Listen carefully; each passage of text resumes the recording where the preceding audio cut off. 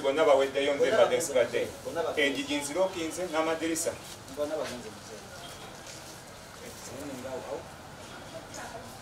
kati tewaba n'omwakkirizibwa kuyingira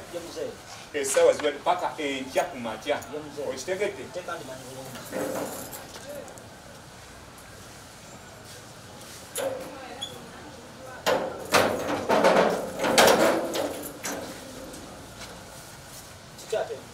neradde ebisumuzo by'emmotoka yange etteeka ligamba ikyamuzeyinda